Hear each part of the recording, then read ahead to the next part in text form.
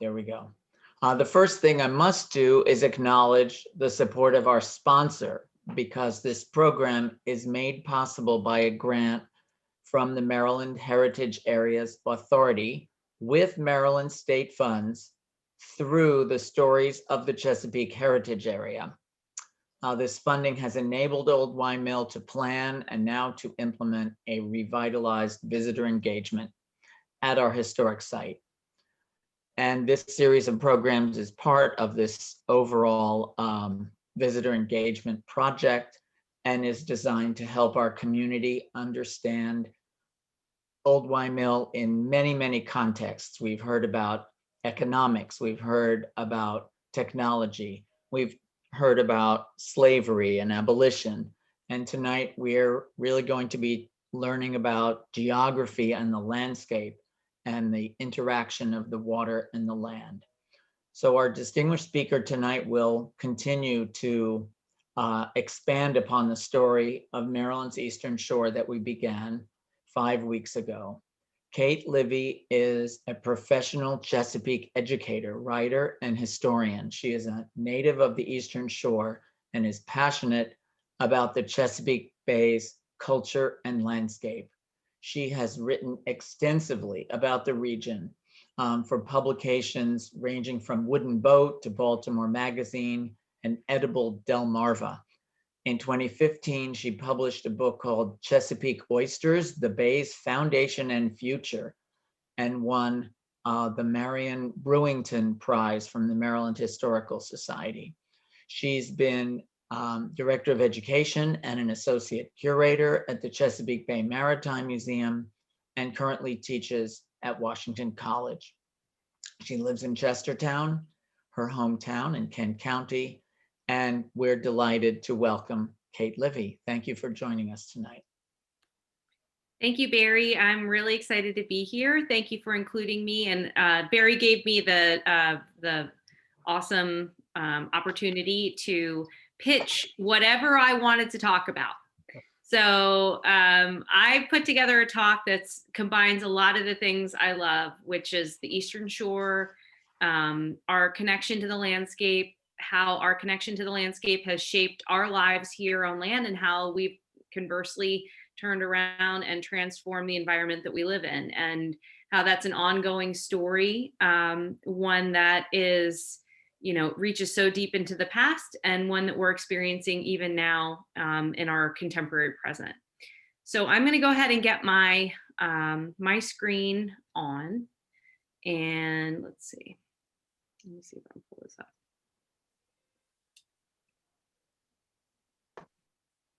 There we go. Okay. Okay. So I'm going to say damn as much as possible. So everyone get used to that, because this is a great opportunity. Just curse freely and as many times as possible. So get ready for it. We're living in the land of the damned, people. Well, we are. I mean, so there's just no N in it. So it's a perfectly fine word to use for, a great conversation or a presentation, and I'm totally professional. So I want to talk about how, the Old Wine Mill is an icon of Eastern Shore history, but it also really represents a trend, a transformational trend that created the Chesapeake that we know today. And I want to talk about how Old Wine Mill is a part of that historical legacy, how Old Wine Mill was part of a larger trend that really shaped the landscape and created the Chesapeake that we know and love, but also created problems that we have to consider now as, people who are, contemporary citizens living within that landscape today. So this is me. This is me out eeling recently. So as a writer, as a freelance writer, I am assigned stories or I pitch stories to local outlets about things that I'm interested in. And my husband and I, over the pandemic, got really into cycling.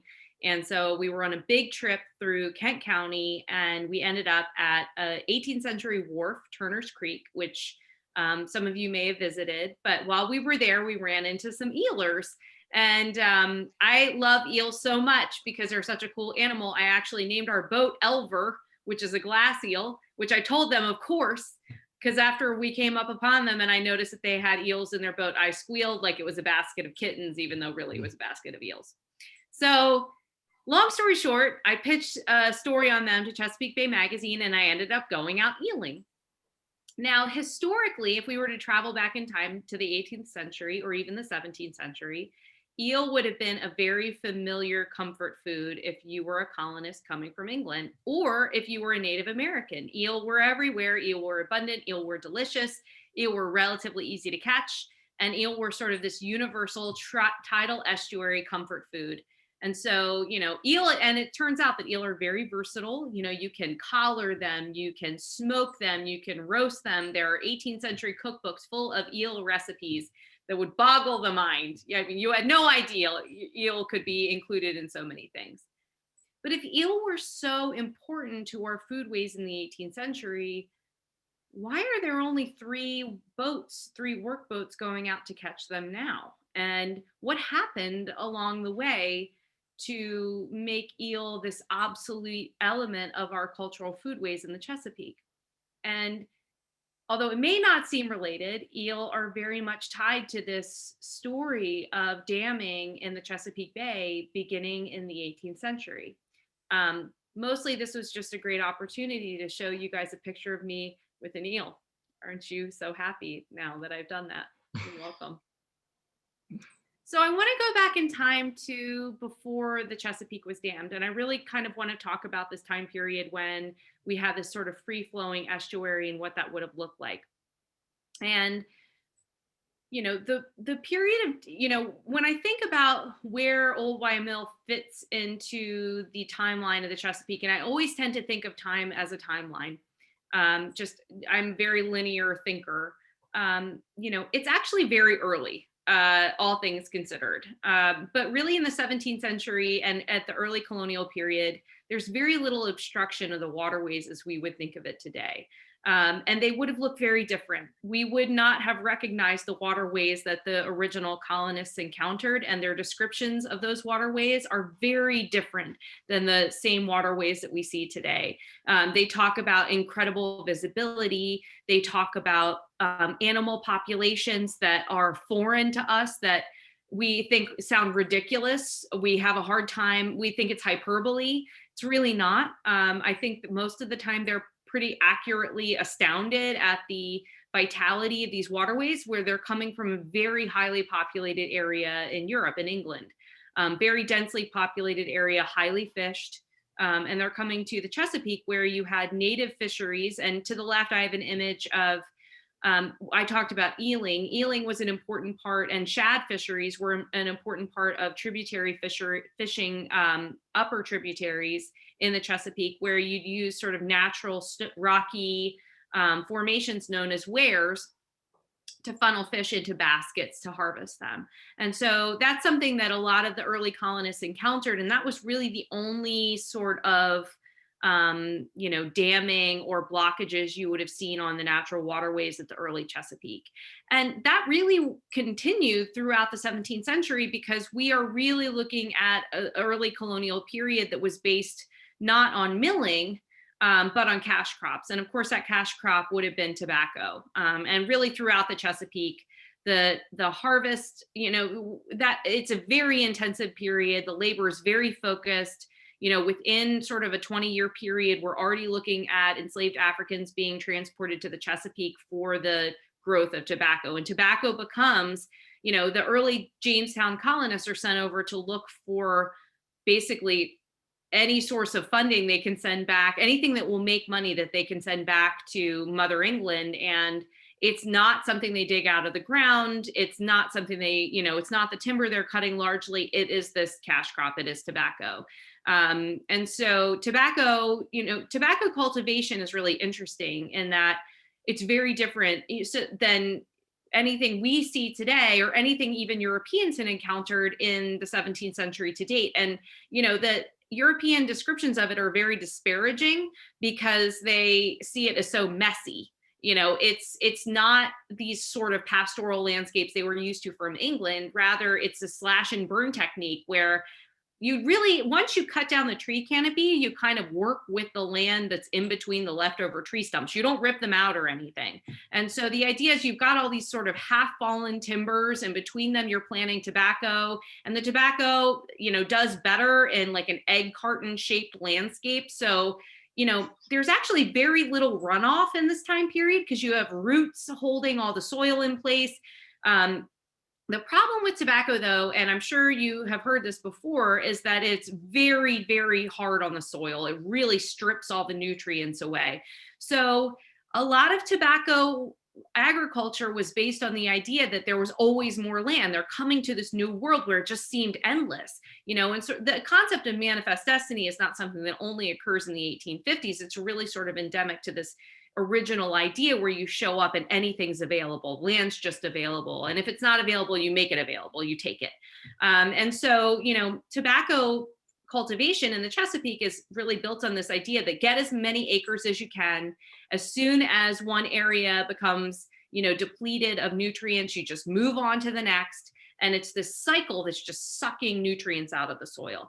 Now, of course, in these images, you can see that you have slaves depicted. And one of the things to consider is when we think about sort of how does milling start to show up in the Chesapeake, it really is for feeding people.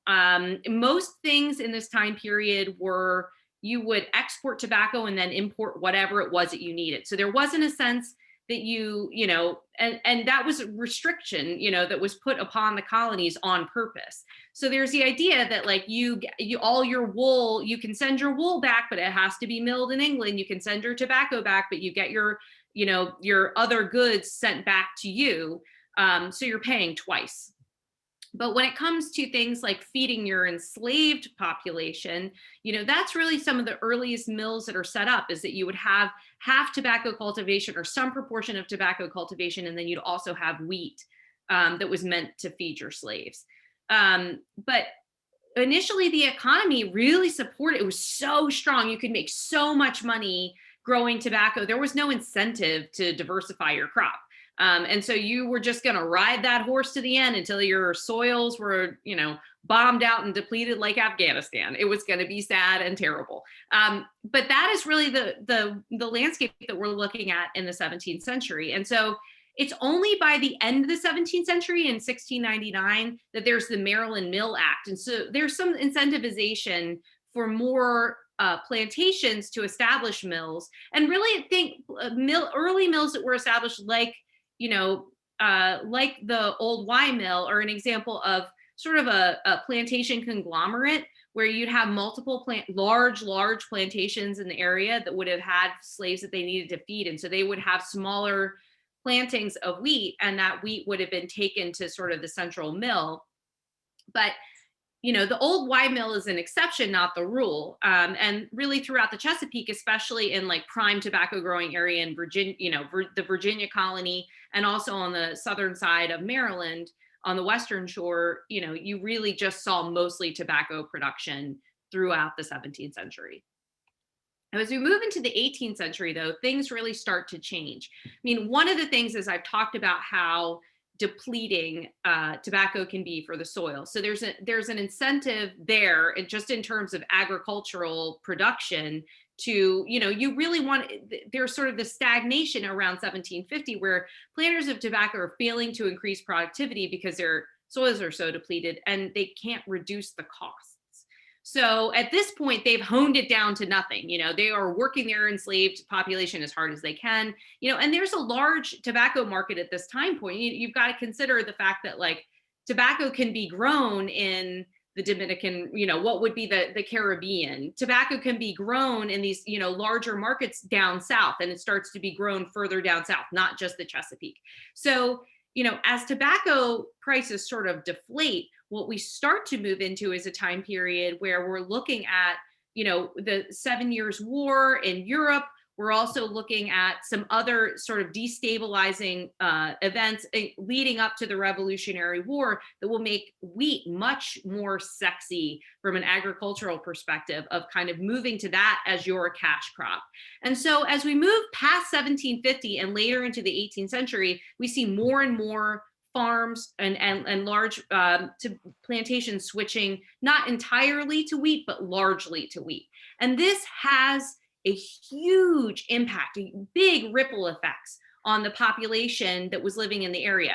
So full disclosure, and this is kind of fun, I live on a little creek, the Mill Stream, the Mill branch of Morgan Creek, and I live, to get to my house, you have to cross over two pipes where there was a 18th century mill located that serviced a lot of the farms in the surrounding area that were all, and one of the things that you see is I live in sort of this Quaker community where we have, 20 different 18th century houses that were all constructed out of brick all around the 18 or 1760s.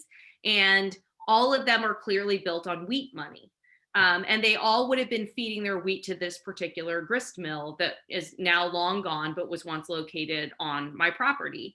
And it's a reminder that, I mean, this was a huge game changer for the region. And suddenly you no longer needed to be a tobacco farmer adjacent to a waterway. Now you could be a wheat farmer, and you could have land inland and be taking your wheat to these sort of the mills that were located along waterways. There's a huge incentive to build more mills, and there's a huge incentive to grow more wheat. And that especially intensifies because of the Revolutionary War, when you've got to think there is no importation. Importation and exportation becomes very, very difficult. So that's the whole breadbasket of the revolution concept that really sparks on the Eastern Shore and transforms the Eastern Shore into this heavily wheat producing area. But we see that elsewhere as well. And so, up the Susquehanna, even on the Western Shore, this is also a period of intensive mill building for all of these different waterways. So the old Y mill is the exception, not the rule, but it then becomes, you start to see this in a lot of other places. Basically, a lot of these sort of marshy wetland areas end up getting, they have berms built very similar to the one that's on my property, that's meant to flow the water into a single point so that it could power the wheel for milling wheat. And I love this image, which is a Maryland image of the enslaved bringing the sheaves in, which I think is such a beautiful photo. So what we have now is we have more incentive than ever before to transform the landscape, to harness the power of water to turn wheat into flour. And that flour is going to support the the colonists as they seek to become free from British rule. It's going to also become a really important export crop. But really, there's a bubble between sort of the 1750s and the end of the Revolutionary War, where you see this sort of peak of intensive dam building, specifically for grist mills throughout the Chesapeake. But this has major impacts. And this is kind of the fun part, because we see the mill buildings, we see what's left, but we don't really think about what it did. So the first thing is it's environmental, right? And so the Chesapeake is all about flow. What goes down the waterways, what comes up the waterways in different seasons. Historically, even back to the Native Americans, we've been highly attuned to those cycles. Specifically, some of my favorite stories in the Chesapeake are not about rockfish. I love oysters or crabs necessarily, but they're really about these sort of cyclical movements of natural resources like eel and like shad. So shad are this amazing story, this colonial story, this Native American story, this huge resource. It's the end of winter. You're starving. You've eaten everything you've dried, preserved, and saved and put aside. The water, there are not even really leaves on the trees, and that's when the shad run starts. They're an anadromous species, which means they live most of their lives in the Atlantic, but they come back to their natal streams to spawn. And so the shad run would have been flooding up all of these tributaries, the silver pulse of life, heading north, heading to those sort of gravelly headwaters. And that's when you would catch them. And they were the thing that like saved you at the end of winter when you're gaunt and hollow-eyed and you've had no protein and, God knows how long. Shad would say that they were the salvation. They were the taste of spring. To the left is a wonderful, beautiful image of shad being harvested along the Potomac. And it shows you how many shad we're talking about. George Washington had a shad fishery at Mount Vernon. He also switched to wheat. I want to point that out.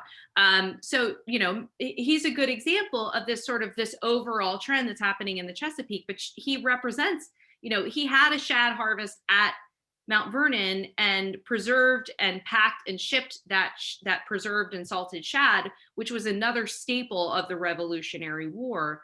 But what's interesting is this early period of mill building, really 1750s to the turn of the century, the turn of the 18th to the 19th century, starts to spark a series of conflicts in the Susquehanna. So one of the things to consider is that you build a dam for your mill, you stop things from going upstream.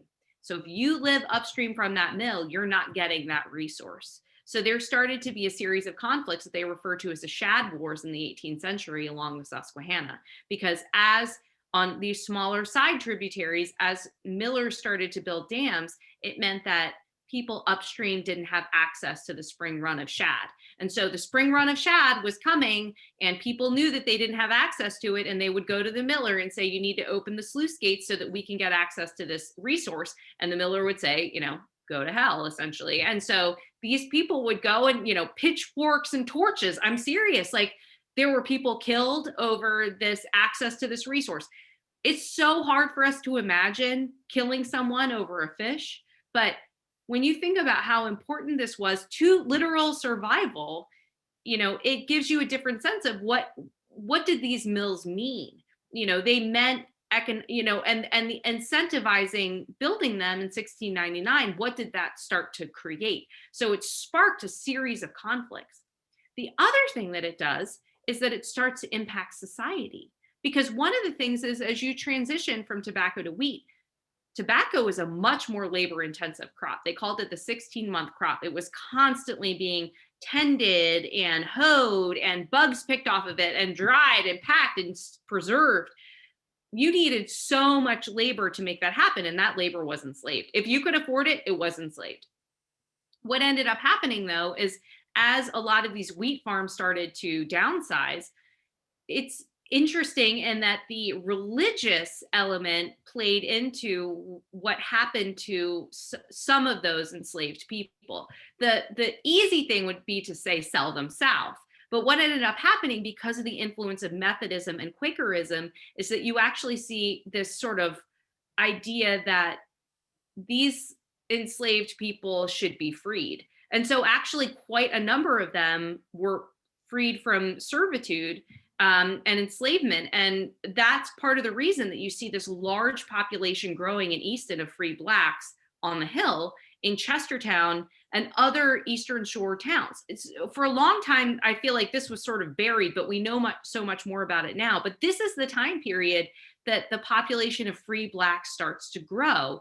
And it's because of this transition from tobacco to wheat and the idea that you needed less labor. So societally, it also starts to change the population of people and how they're moving and living in the Chesapeake. And then finally, we have the economics that's tied to just sort of the transition of the landscape as a whole. So to the right, I have an image, it's an aerial image of what was a very important colonial port of Joppatown. So for a long time, there was conversation about, well, what's going to be the big city on the Chesapeake? Because Chesapeake didn't really have one. The crown was always so frustrated that the colonists sort of didn't care about living in a city and didn't want to be all organized and make it easy for them to tax. They wanted their individual plantations with their individual waterfronts. They wanted their liberty. That's what they were going to do.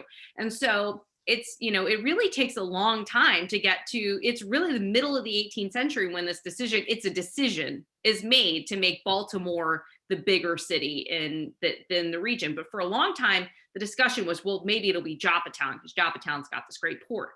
The problem is that transitioning from tobacco to wheat, tobacco held the soils in place. With wheat, you're plowing the land, and that starts sediment moving almost immediately. And a lot of what had been deep water ports without the Chesapeake are now getting silted up within, I mean, it's rapid. We're talking like 30 years, 40 years, they're impassable. So this is an image of Joppatown that shows you the outline. The pink outline is what it would have looked like, the deep water access in 1707 when it was established.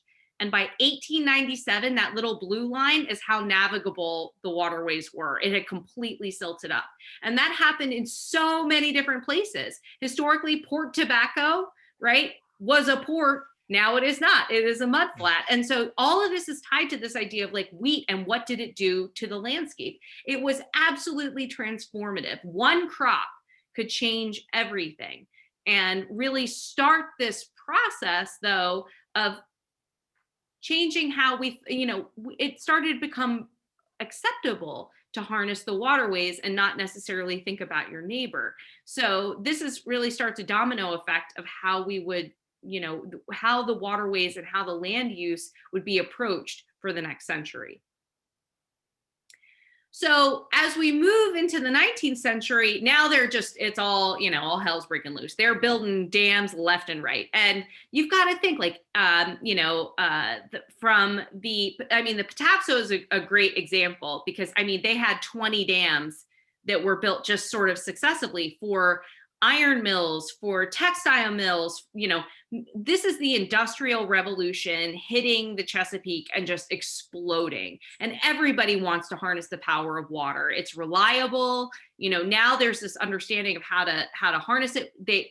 And because after the Revolutionary War, now we can produce our own, we can take our own natural products, our own sort of natural resources, and we can refine them and we can export them. So there's a tremendous push to build all of these mills and create all of this sort of industrial power. We become an industrial powerhouse now that we're no longer under the rule of Great Britain, where they're going to process all of our natural materials.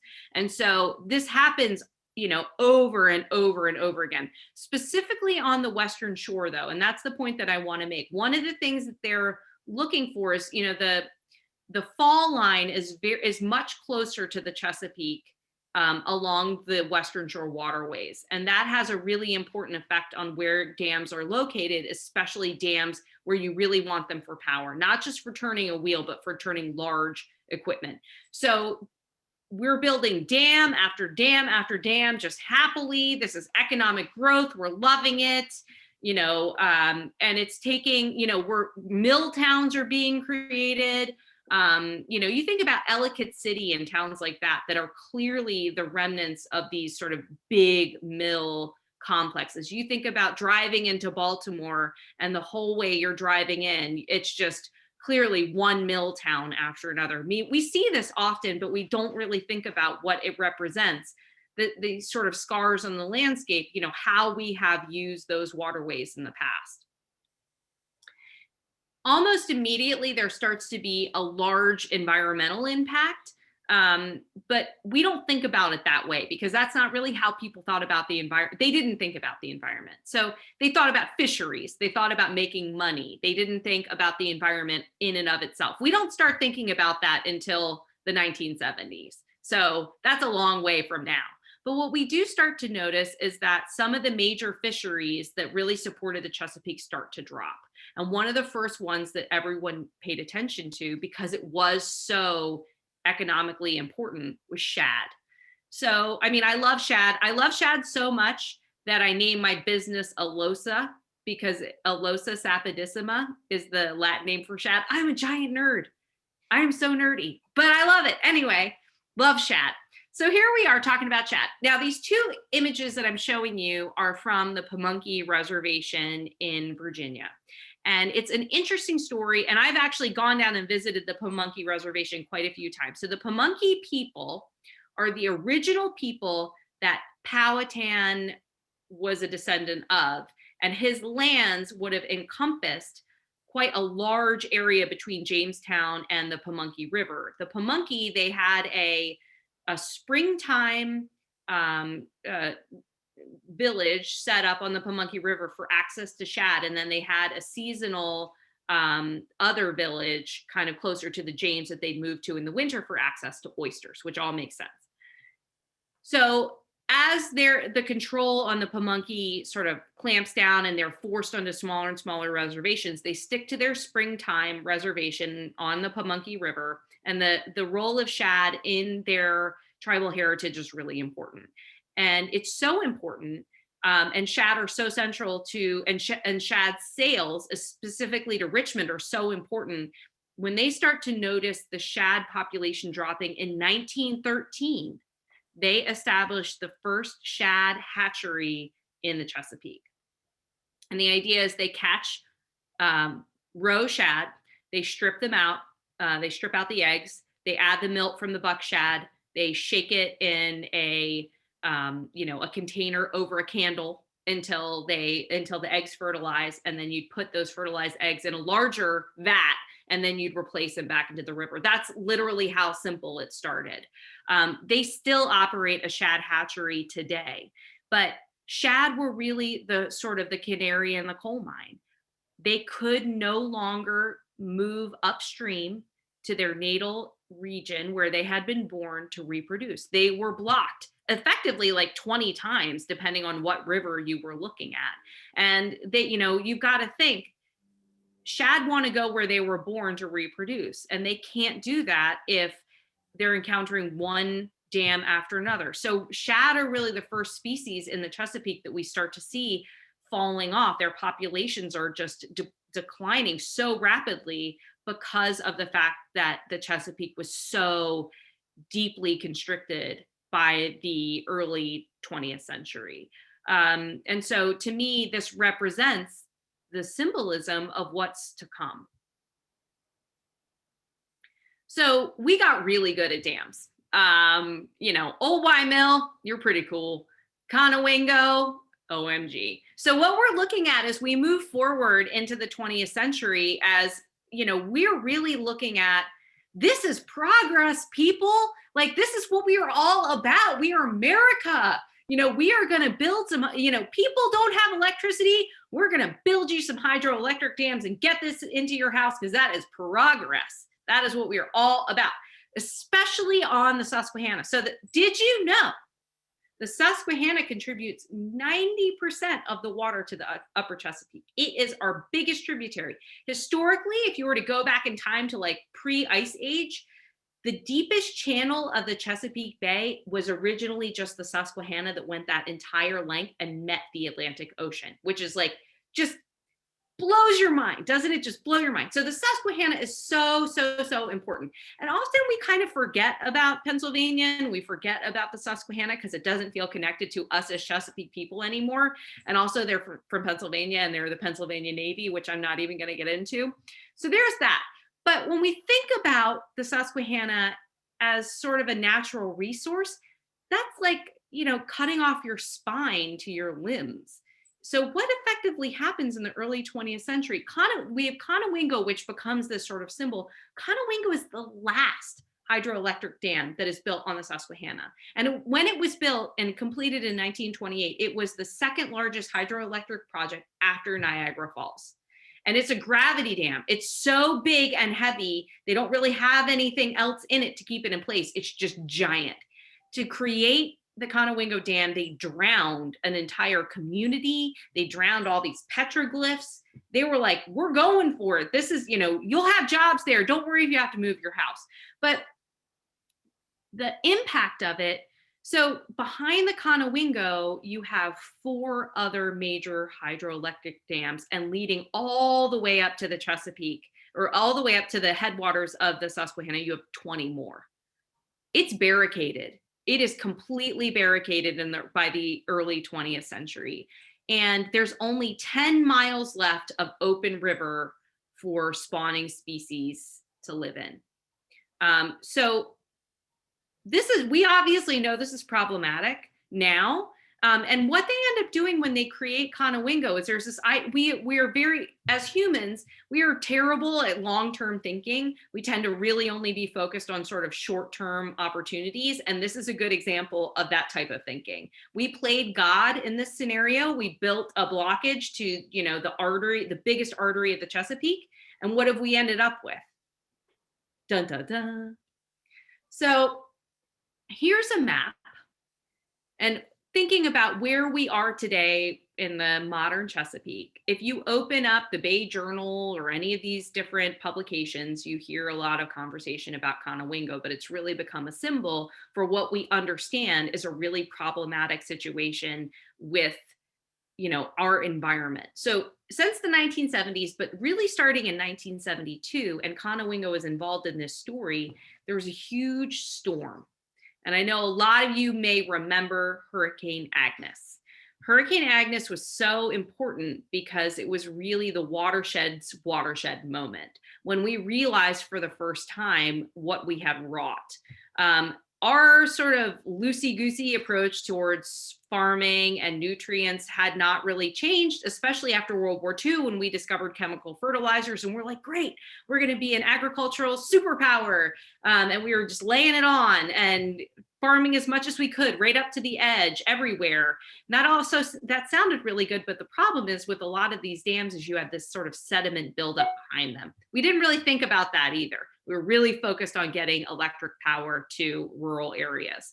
And so what you have in 1972 with Hurricane Agnes is there's a sort of a spring hurricane, which is very rare, but it meant that this large tropical storm passed through the headwaters of the Chesapeake just after planting season.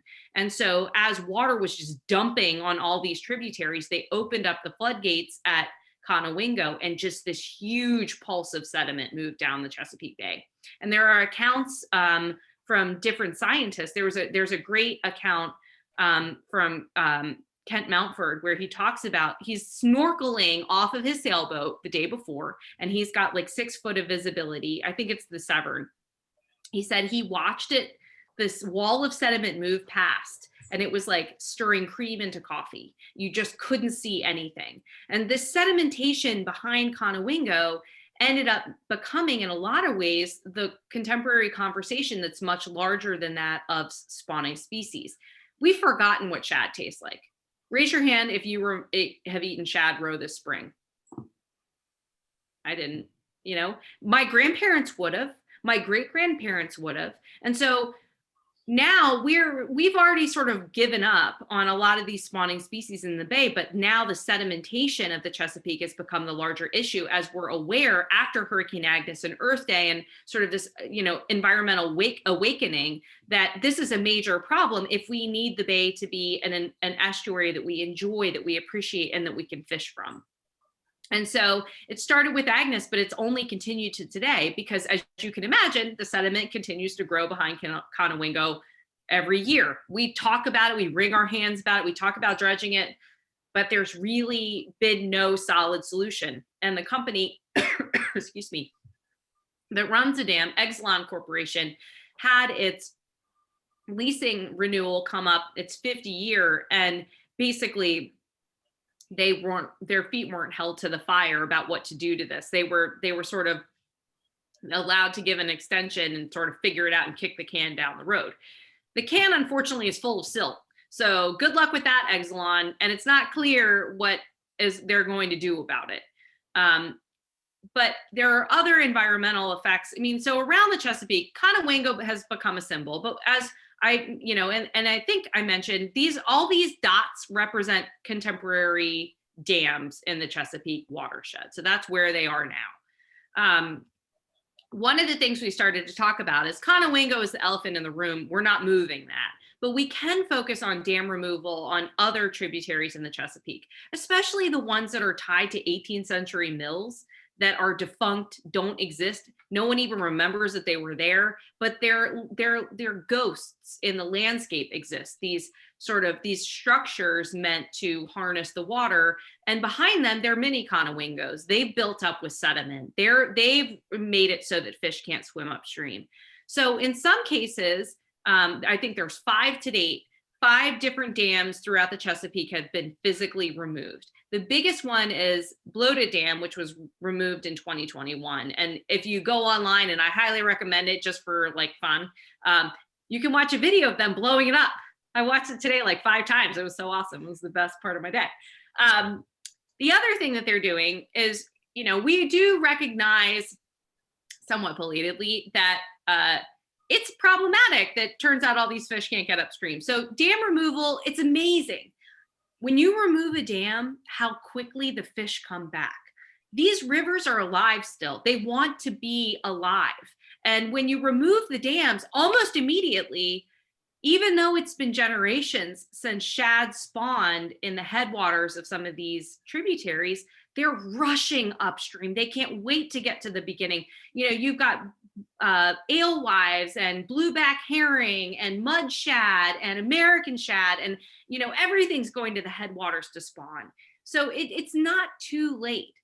But on the Susquehanna, unfortunately, it really is. So Conowingo built a fish ladder into the Conowingo Dam in 1991 with the idea that this sounds terrible, this is just bad.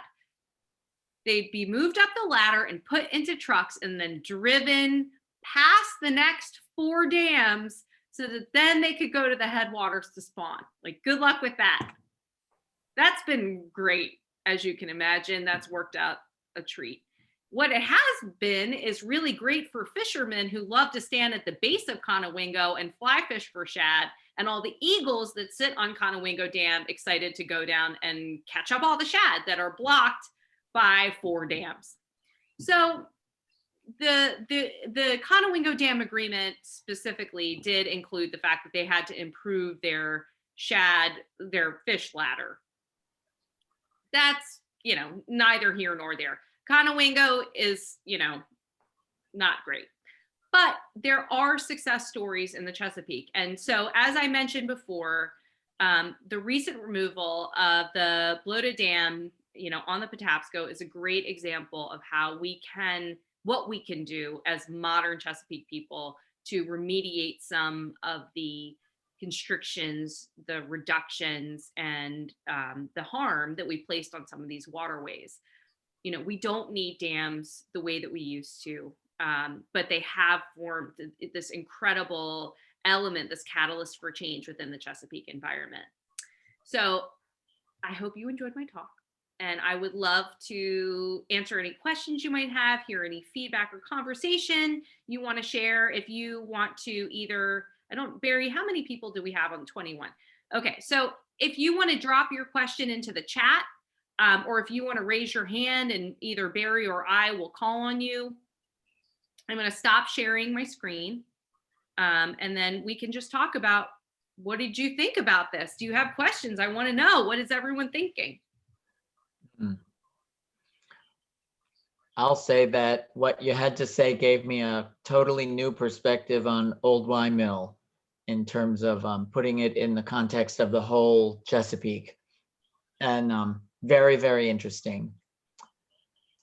I can't think of any specific questions, but I do want to point out that we just completed a tree ring or dendrochronology study, and we learned that the mill building that we now have was built in 1753 or 1754.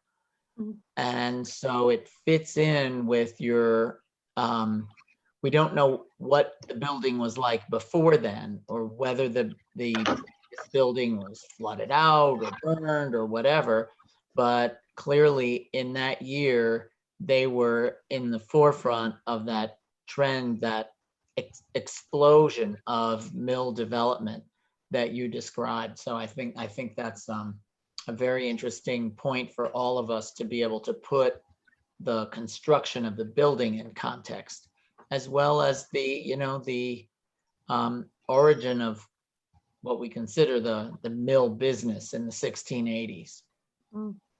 Hi, Kate. It's Cynthia. How are you? Hi, Cynthia. Nice to see you. I was just thinking about Daniel Perkins Mill up on Urieville Lake was 1710, and Wilmer's Mill, which is here, it was here in Chestertown, was about 1733. And then up in the north end of the county, which is a kind of a northeast of where you are, I think, Thomas Gilpin there had several mills up there.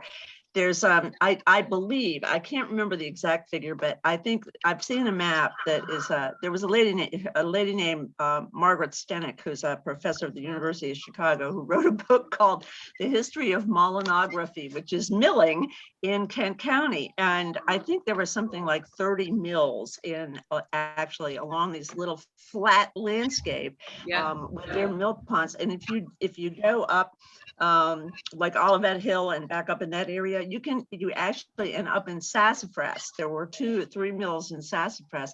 You can tell where the mill ponds were. If you know, I just think it's so neat when you're talking about looking at the landscape and learning what you're looking at. I really appreciate that. I think that's, you know, because that's where they were. Those were the mill ponds. And when you talked about the silting in Sassafras, actually steamboats came all the way up to Sassafras and would turn around there, and small ones, but you can walk across what still is the, you know, Sassafras River at this point. Anyway, thanks. It was great. You're welcome. I think from my perspective, I really enjoy looking at our Chesapeake landscape and considering, you know, trying to tease out where the ghosts of the past are and what you can understand that are maybe a little more subtle, whether it's an, you know, sort of an Osage, what would have been an Osage hedgerow, or it's looking for berms that were used to funnel water and really understanding. That to me is one of the things I love so much, is that history here is onion skin thin, and that you're constantly seeing it around you if you know what to look for. And it makes that connection to history feel so immediate and so magical and accessible. I love it too, Cynthia. I really do. Thanks. Good job, Kate. Thank you.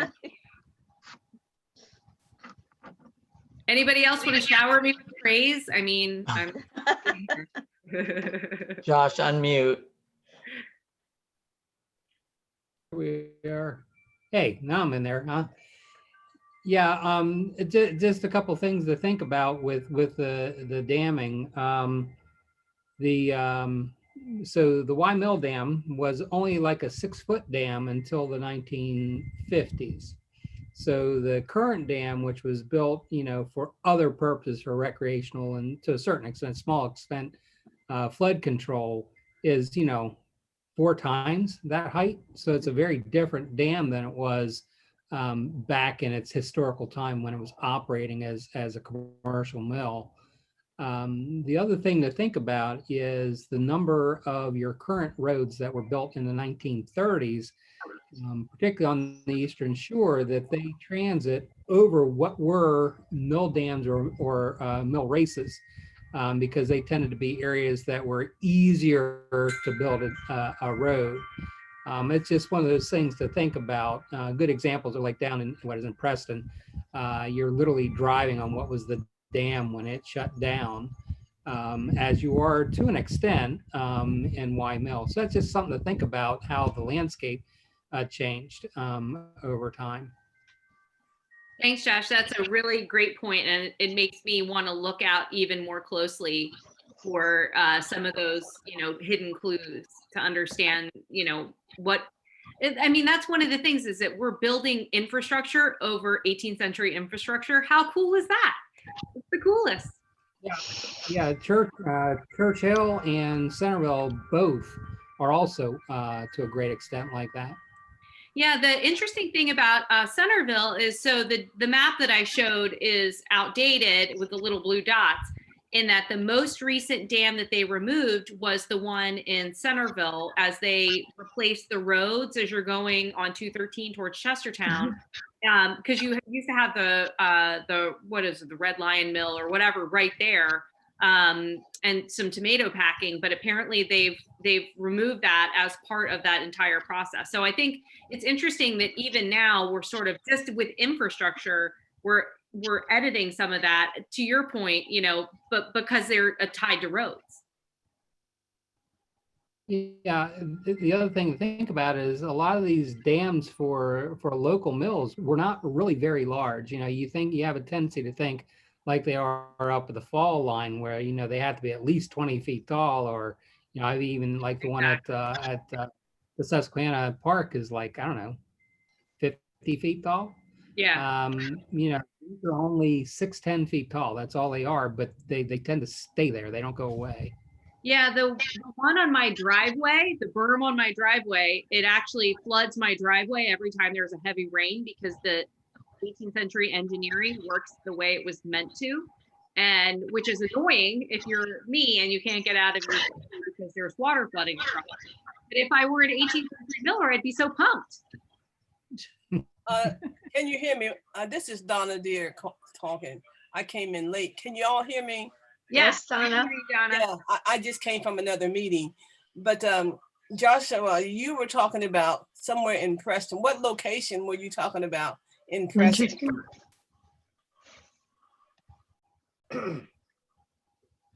It's actually for the Linchester Mill. Oh, the Linchester Mill. Oh, Yeah. all right. Mhm. I'm Yeah, wondering the road there, when they were talking about trying to rewater, and this is really common when people on Eastern Shore take an interest in a mill.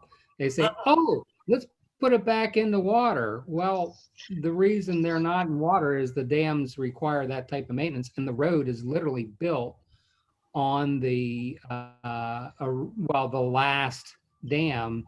And it's actually been, as you were speaking about, it's basically been silted in, and you know, to bring that back would take you're not going to do it. The law just doesn't allow you to do that kind of thing. Twin Mills down near Salisbury, it was the same way. They had the same issue. They wanted to put it in operation. I read a really interesting paper preparing for the talk that talked about how, because there were so many mills, to Cynthia's earlier point, all across the landscape, and you were building them on these little tributaries and wetlands, you were essentially creating these sort of, you know, you were taking what would have been sort of like a branched artery, creating these very narrow waterways that, you know, we have transformed what would have been this sort of wetland bottomy sort of valleys, these wet wooded valleys, and completely. So, you know, now they've silted up and we've created farm fields over them, and, you know, and literally built on them. But, you know, the idea of that's one of the things I think as a historian I always have to push against, especially Chesapeake one, is that there's often this idea of sort of like, how do we get back to what we had before, when it, you know, in some cases it was a John Smith view or 18th century, or, I mean, the environment has transformed so much. There is no going back. There's no going back to a time when we didn't have Phragmite. There's no going back to a time when we didn't have snakehead, and there's no chance in going back to a time when we didn't have mills and dams. And, you know, we've created this, transformed the landscape irreparably, in some ways for the better, but in a lot of ways that's not.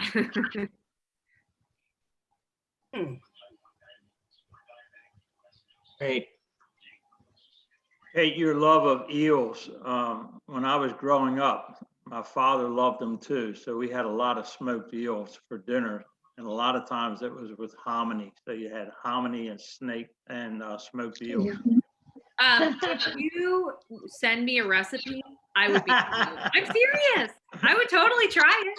I don't have a recipe for it. But I love hearing that.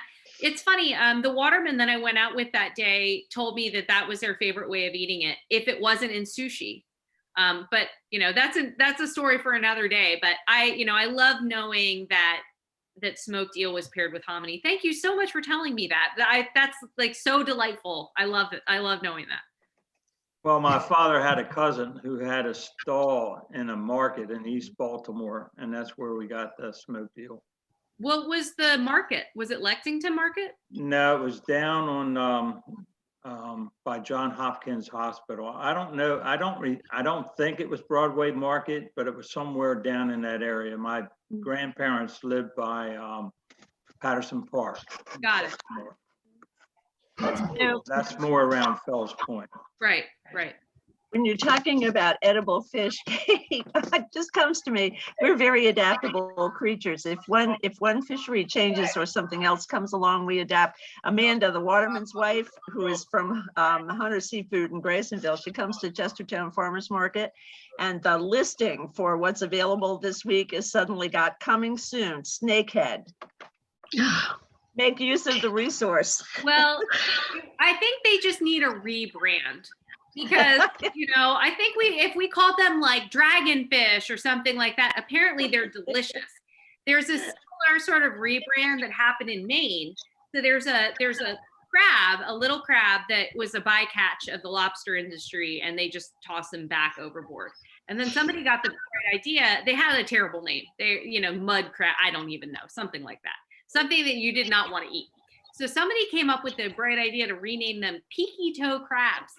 Crabs have become this, like, people can't get enough of them. They're just like, every fancy restaurant in Portland is full of peaky toe crab. And I just think we should have a name contest for snakehead and just start eating the crap out of it. Because there are watermen on the Chester River who talk about just the sheer amount of snakehead biomass that they're pulling out of our waterways. And those things are like Hoover vacuums. The ecosystem's not built to fight what they can do. And so if we don't eat them, they're just going to eat everything. I'm sort of like, I will definitely eat a snakehead. No problem. I mean it, Cynthia.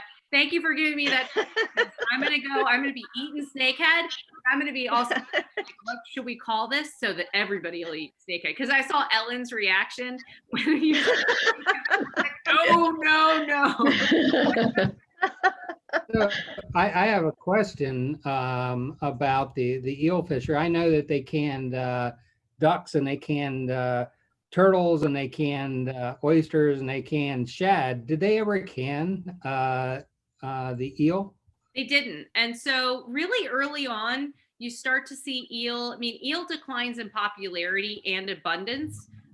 Really beginning in the 19th century, but you also start to see other things that are tasty are taking its place because of canning. So all of a sudden you have access to things like canned salmon and canned tuna, and you're sort of like eel schmeal, who needs eel? It's ugly anyway.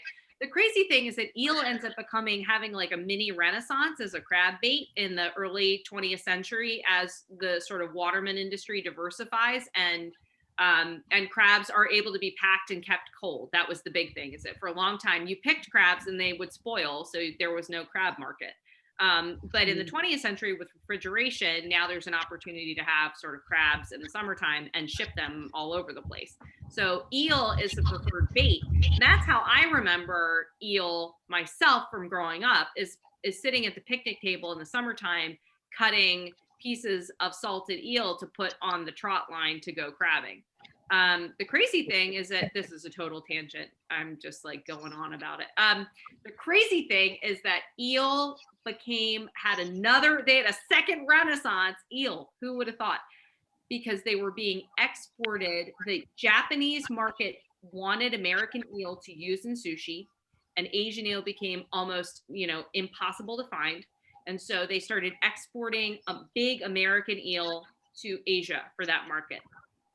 And there's a period where that's when everybody transitioned away from eel as a trot line bait and started using razor clams instead. But what ends up happening is the Japanese figured out how to raise eel themselves. So now the market is only in the tiny little glass eel, the elvers. And those get exported to Japan, and then they raise them in eel aquaculture to market. And then they send them back to us. I'm serious. Rather than us harvesting eel from the waterways anymore, we are exporting glass eels and re-importing those same eels back to use in sushi here today. You're welcome. Yeah, ironic. See, you didn't know you were coming to an eel talk. You thought you were coming to a dam talk. And I did say dams a lot, so I'm feeling very good right now. But really, you came also to an eel talk. You're welcome. Ironically, the mill has another connection to eels. At one point in time, one of the millers there, Dave Gross, his wife was the lead researcher on the Chesapeake eel. and probably led to a lot of the recommendations that they went with on that.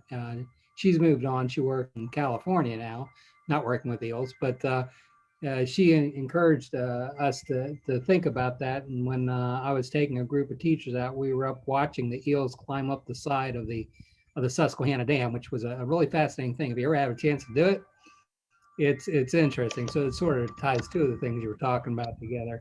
Yeah, cool. I would love to see that. They can breathe through their skin.